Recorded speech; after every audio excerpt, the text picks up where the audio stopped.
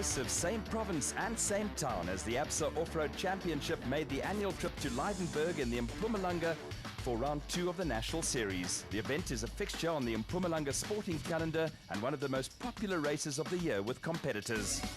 Lydenburg is familiar territory for the ABSA Off-Road Championship, but this time there was a twist to the plot. Race headquarters and the designated service park were now located at the new state-of-the-art Lydenburg Toyota dealership on the road to the Long Tom Pass. As usual, the pit area was a colourful scene as teams set up shop and prepared for what promised to be an exciting weekend. Teams harbouring championship hopes were either looking to build on promising starts to the season or to bounce back from race 1 disappointments. The race also saw the return of some familiar faces, with former South African champion Ralph Pitchford and the Fossies racing team back in harness. Yes, no, it's great to be back. You know, I've been missing the off-road racing for a while now. Last 2 years I've been doing the rally championship, but you know, my heart's in the off-road racing, so that's why I'm back. Gary's got a lot of experience himself. You know, he's been driving for the last couple of years, driving very well. And I think the two of us will make a good team together. Ons het maar besluit om oor te gaan omdat ons na die V8-klas toe wil gaan. En daai is 'n bakkie wat ons self gebou het. En toe het ons besluit om hierdie kar te laat bou deur Agimele en deur RFS. En dis 'n meer 'n nuwe tegnologie. Ons sal na die naweek baie meer weet van die kar en sien hoe hy gaan perform. Maar ek dink hy sal reg wees. Change is always just around the corner in motorsport, and the Donaldson prologue to determine grid positions for the race saw a change in format. Crews in the production and special vehicle categories are seeded on previous prologue results and split into groups of 10. Instead of drawing start positions out of the hat, teams can now choose where they would like to start on the prologue, with the system adding a new tactical twist to race strategy. There is a little bit of a skill behind it. On certain races you would want to start first. Some races you will want to start a little bit later, and sometimes you would want to start behind another competitor, sometimes not. So it's going to be quite interesting watching how this whole starting order works out through the year. The Donaldson prologue to determine race grid positions was run over a 55-kilometre route that gave crews a taste of things to come. The prologue is essentially a race within a race and started in the outskirts of Lydenburg with the finish on the Roos-Senekal Road about 30 kilometres from race headquarters. Fresh from having a top 10 finish on the Dakar Rally, ratified the Team Castrol Toyota pair of Duncan Voss and Robbie Howie set a blistering pace on the prologue. With the V8 motor sounding glorious, Voss and Howie pulled out a 24-second gap over former South African champions Chris Visser and Jaapie Badenhorst in the diesel-powered Team Ford Ranger, with Anthony Taylor and Chris Birkin another 20 seconds behind in the second Team Castrol Toyota Hilux. The Toyota crew had more than a minute in hand over Pikkie Labuskaghni and Rikus Erasmus in the Rubicon Racing Toyota Hilux, and hot on their heels were veterans Hannes Grobler and Henny Testege in the RFS BMW X3, who were only 8 seconds behind the Rubicon crew. Northwest Province crew of Hugo de Bruin and Henry Hugo completed the top 5 in the Micran XL Toyota Hilux. They were just over 30 seconds ahead of Kobus van Toner and son-in-law Freddie Kriel in the Unifreight Ford Ranger, who were being chased by Willem and Dana Voss in the new Fossies Racing BMW X3. Also a glorious note to the BMW V8, but behind them another BMW crew were in trouble. Christian de Ploy and Henk Janssen van Vieren parked the RFS BMW X3 on a rock, and that ended their entertainment for the day.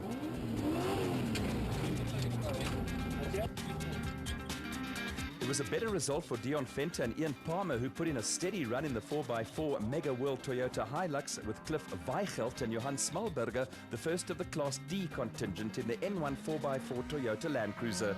There was also an impressive performance from Toyota Hilux crew of Dirk Pitter and Koos Claessens, who dominated Class E.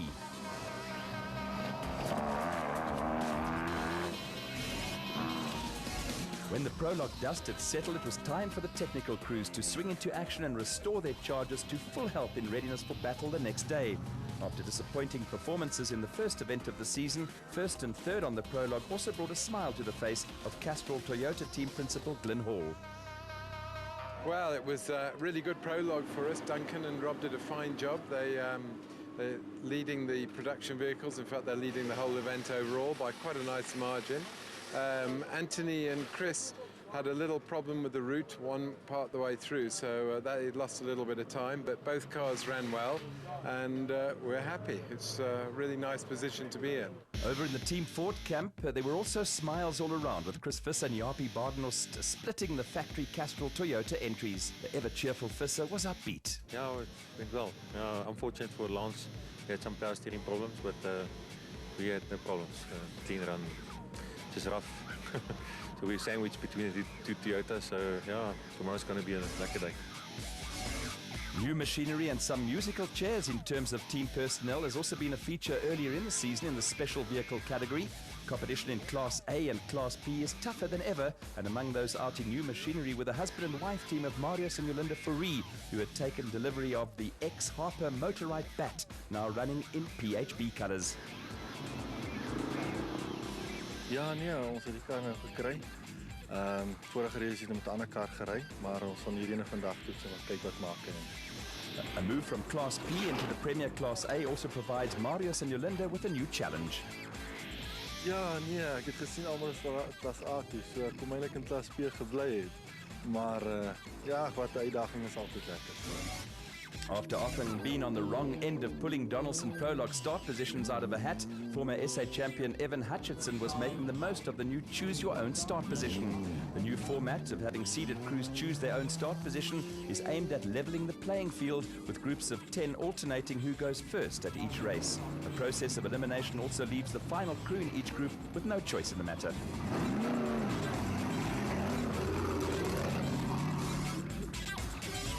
The Elegant Fuel team of Quinton and Cully Soulvalt sprang a surprise in the special vehicle category, and in only his second outing as a driver, Quinton showed he is a chip off the old block by setting the fastest time.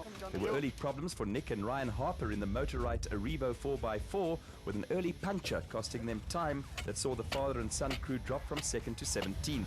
The second Motorride entry, the new Bat Venom in the hands of Evan Hutchinson and Donnie Stassen, finished 50 seconds behind the Soulvalts, with the pair picking up a place when they went past David and Gary White, who were having problems staying on the right route.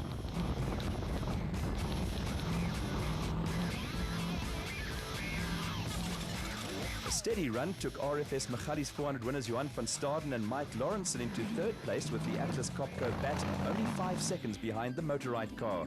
Next up were reigning South African champions Herman and Wichard Soulvalt in the Elegant Fuel Porter, who were racing and being chased by Colin Matthews and Alan Smith in the Century Racing CR3.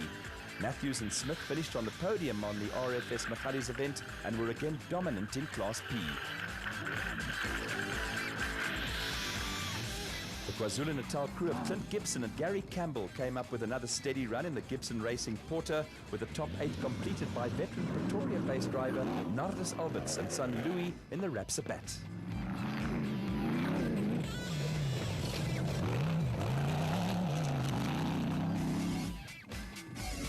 To say that two-time South African champion sprang a surprise sounds a little far-fetched, but a prologue win for Quinton Soulvalt in only his second outing as a driver was a talking point up and down the pits. As hard-working technical crews again swung into action, the only one who didn't seem at all surprised by the result was young Soulvalt himself. Yeah, fantastic. I mean, second race ever and prologue win, so I mean, we can't be happier. We worked a little bit on the car after the last race, and the changes that we made seem to work.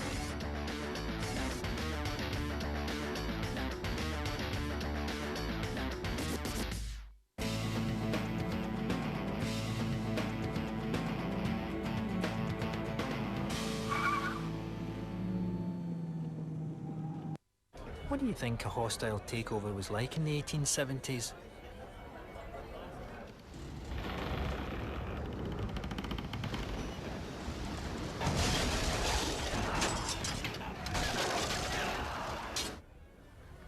No lawyers. Definitely no lawyers. Is our whiskey bold, or has the world gone soft? Black Bottle, the bold taste of Islay since 1879.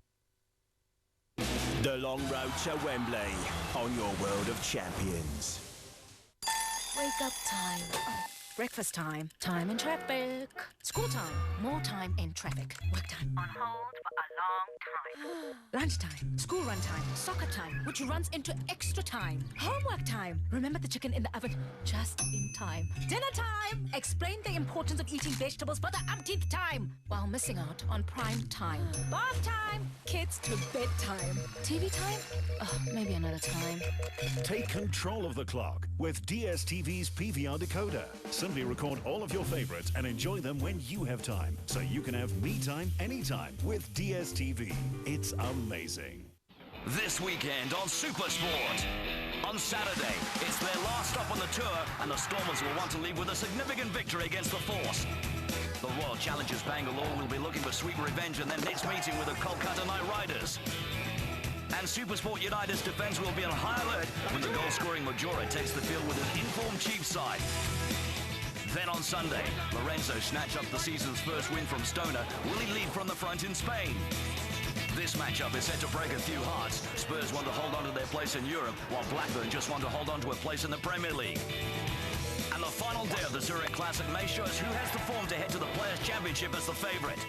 Your front row seat to all the weekend's action on Supersport.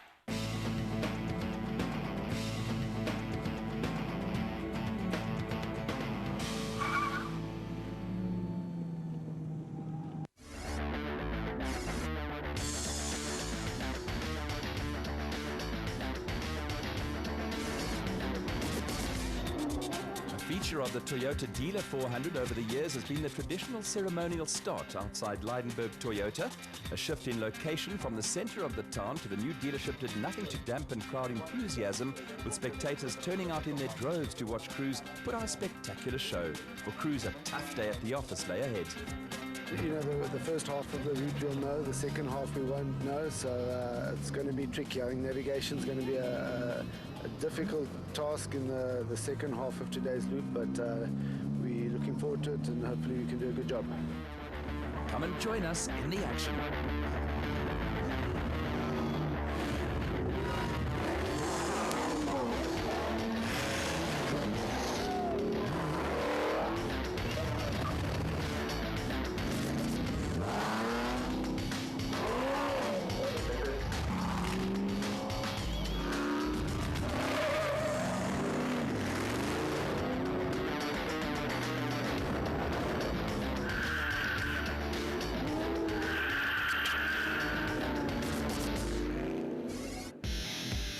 The route for the Toyota Dealer 400 was made up of two 175-kilometer loops with a compulsory 15-minute service break at the end of the first lap.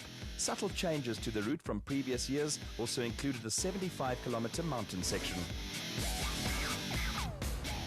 There was an early change in the pecking order at the front of the production car field. A string of punctures that were to plague Team Ford pair of Chris Visser and Jaapie Badenhorst lifted Anthony Taylor and Chris Burton into second place behind Castrol Toyota Hilux teammates Duncan Voss and Robbie Howie. A Team Castrol Toyota factory crew had never won the Toyota Dealer 400, but matters were looking up for Glenn Hall's squad. At the front of the special vehicle field, the elegant fuel bat of Quinton and Cully Sulvalt was sandwiched between a string of production vehicle entries. Pockets of spectators along the route were enjoying the action on a clear autumn day, with some fierce battles starting to develop. Just behind the bat were Pikkie Labuschagne and Rikus Erasmus in the Rubicon Toyota Hilux, who suddenly pulled off the road for no apparent reason.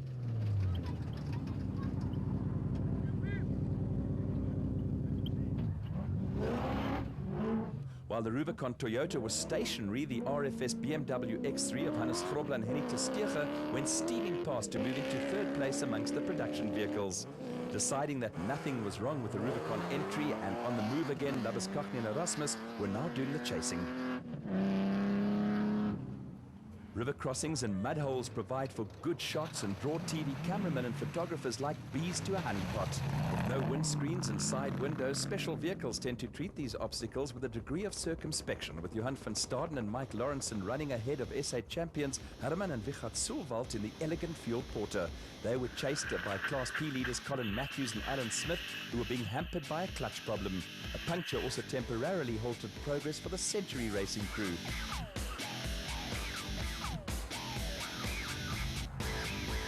KwaZulu-Natal crew of Clint Gibson and Gary Campbell were running just over 3 minutes behind the leaders in another steady performance in the Gibson Racing Porter.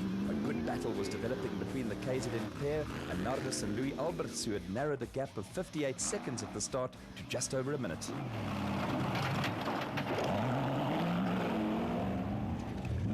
Volmeron-Stad brothers Lawrence and Gerard Duplessis had made up a couple of places in a Zarco Magnum, but were still around 6 minutes behind the leaders. The Duplessis had half a minute to spare on Marius and Jolinda Fourie in only their second Class A outing in the new car.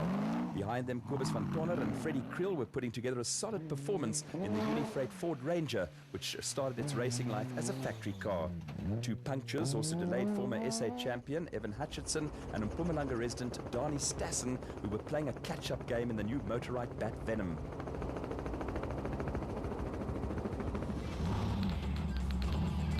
Sections of the route were co-drivers' nightmares, with dense bush and long grass often making navigation a tricky business. Hidden rocks and tree stumps, known in the trade as lurkers, also call for extreme caution.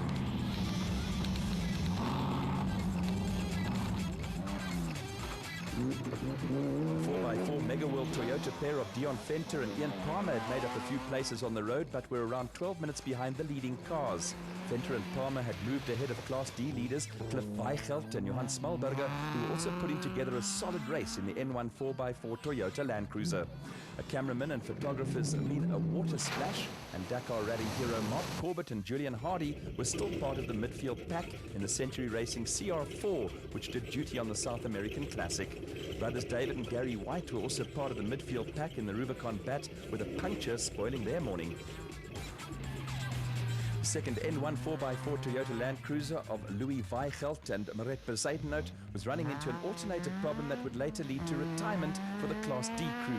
Behind them, Terence Marsh and George Schmalberger were having a steady run in the Regent Racing Nissan Navara, and then displayed the sort of sportsmanship and camaraderie for which off-road racing is famous. With Team Ford rivals Chris Visser and Jaapie Badenhorst stranded after a string of punctures, the Nissan crew stopped to lend them a wheel.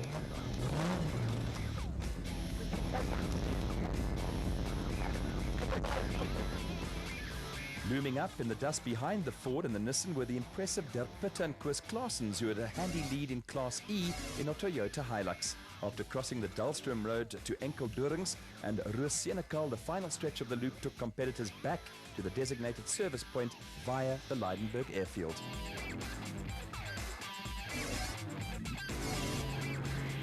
There had been no change at the front of the production car field, with the Team Castrol Toyota pair of Anthony Taylor and Chris Birkin still chasing after teammates Duncan Foss and Robbie Howie. The second of the Team Castrol Toyotas had so far enjoyed a clean run with no dramas, but section of the route demanded that discretion was far the better of valor.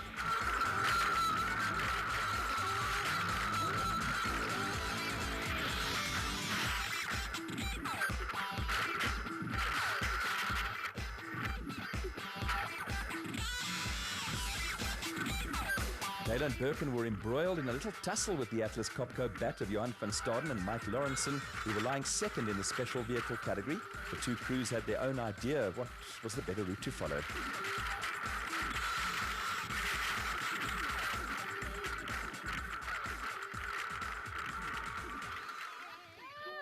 Local youngsters were enthusiastic spectators at strategic points along the route, cheering on crews and loving every moment of it. Still out in front in the special vehicle category were Quinton and Cully Sulvalt and the Elegant Fuel Bat, who started the day 50 seconds ahead of Evan Hutchinson and Dani Stassen.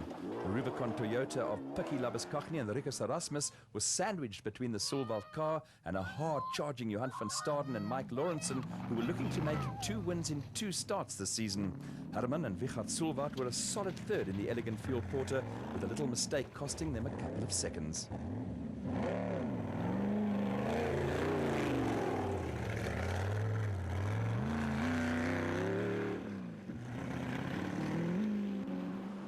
The South African Special Vehicle Champions were followed by the RFS BMW of Hannes Grobler and Henny Testege, with some slippery stuff also providing Clint Gibson and Gary Campbell with a little excitement in the Gibson Racing Porter.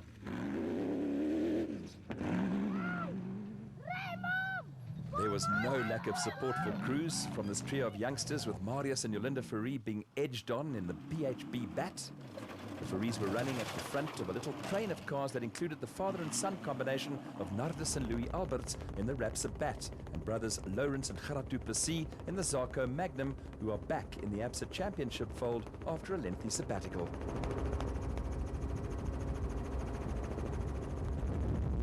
Crews were now entering the new mountain section that provided co-drivers with more headaches. Class P leaders Colin Matthews and Alan Smith moved ahead of Evan Hutchinson and Donnie Stassen, and then overtook Century Racing teammates Mark Corbett and Julian Hardy.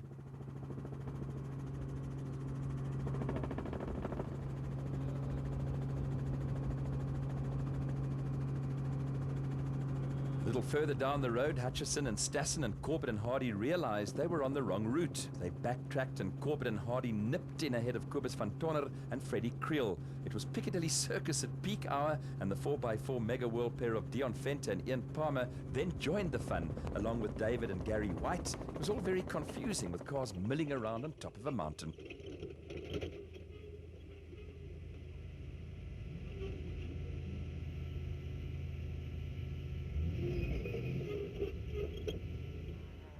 It was plain sailing for Class D leaders Cliff Weichelt and Johan Smalberger, who were clear of all the confusion in the N1 4x4 Toyota Land Cruiser. Behind Weichelt and Smalberger, Limpopo crew of Naeem Musaji and Rehan Bodhania and Terence Marsh and George Schmalberger were not sure of their bearings, with the Regent Racing Nissan Navara tippy-tapping down the mountain in gingerly fashion.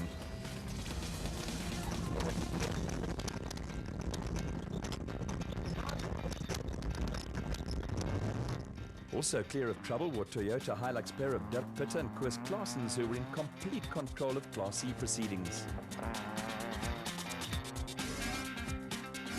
The two-team Castrol Toyota Hilux entries were the first cars into the designated service park for the compulsory 15-minute stop at the end of the first loop of the race. Duncan Voss and Rob Howie were just over a minute ahead of Anthony Taylor and Chris Birkin, with Hannes Grobler and Henny Testege and Pikkie Labuschagne and Rikus Erasmus completing the top 5. Weichelt and Johan Smalberger led Class D, and Dirk Pitter and Koos Claessens Class E. On the special vehicle front, first car into the DSP was the Atlas Copco Bat of Johan van Staden and Mike Lawrenson. They had moved 25 seconds clear of Herman and Wichert Sulwald and Nardus and Louis Alberts. The du Plessis brothers were fourth, with Class P leaders Colin Matthews and Alan Smith completing the top 5. After the compulsory stop, the two-team Castrol Toyota Hilux entries continued on their merry way. No factory Toyota had won a Toyota-sponsored event for 13 years, since R.P. Reinecke and Robin Houghton won the 1999 Toyota Desert Race. Duncan Voss, Rob Howie and Anthony Taylor, Chris Birkin looked like putting an end to that statistic, and in style. Prologue winners Quinton and Cully Sulwald ended their race in a mud hole, and Johan van Staden and Mike Lawrenson were now well on track to make it 2 weeks in a row in the Atlas Copco Bat. Van Staden won this race in Class P car 3 years ago, and the Atlas Copco car was slowly edging away from SA champions Herman and Wichert Sulwald.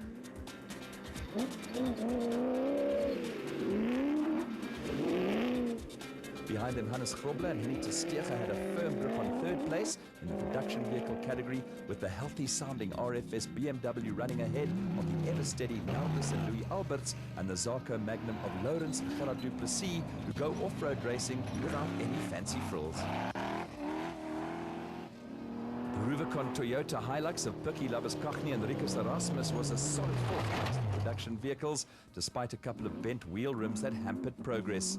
After a second place on the opening event of the season, former SA champion Evan Hutchinson and Donnie Stassen were on track for more valuable points in the Motorite Bat Venom.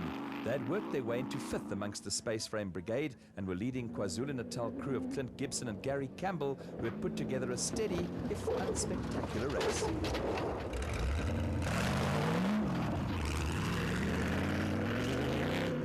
Dad's shoulders make for a nifty vantage point, and steaming down the road were Mark Corbett and Julian Hardy in the futuristic Century Racing CR4, which did so well on the Dakar Rally, with Corbett and former SA champion Francois Jourdan finishing just outside the top 20. Corbett and Hardy had also moved ahead of teammates Colin Matthews and Alan Smith, who were soldiering along without a clutch. They had dropped the pair down the pecking order, but they were still totally in control of Class P.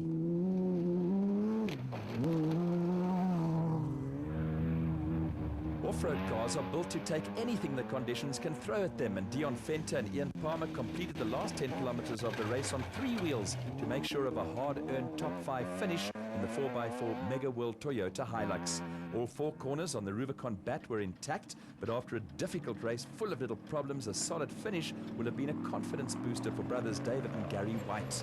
Behind the Whites, the Class D honours went to Cliff Weigelt, who now lives in Australia, and Johan Smalberger for the second time in a row in what was another impressive performance by the N1 4x4 Toyota Land Cruiser pair.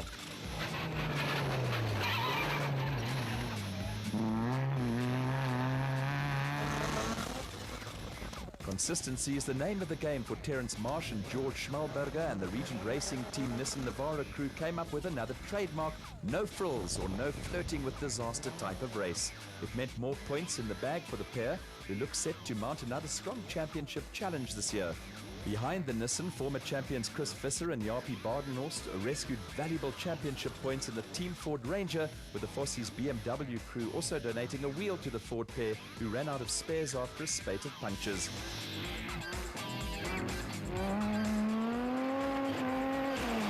Local crew Johan and Werner Horn made sure of second place in Class D in a Malalan Toyota Land Cruiser that had been slightly modified, and Dirk Pitt and Koos Claessens put the finishing touches to a second Class D win in a row and a clean sweep of the SP class, Class D and Class E of Toyota.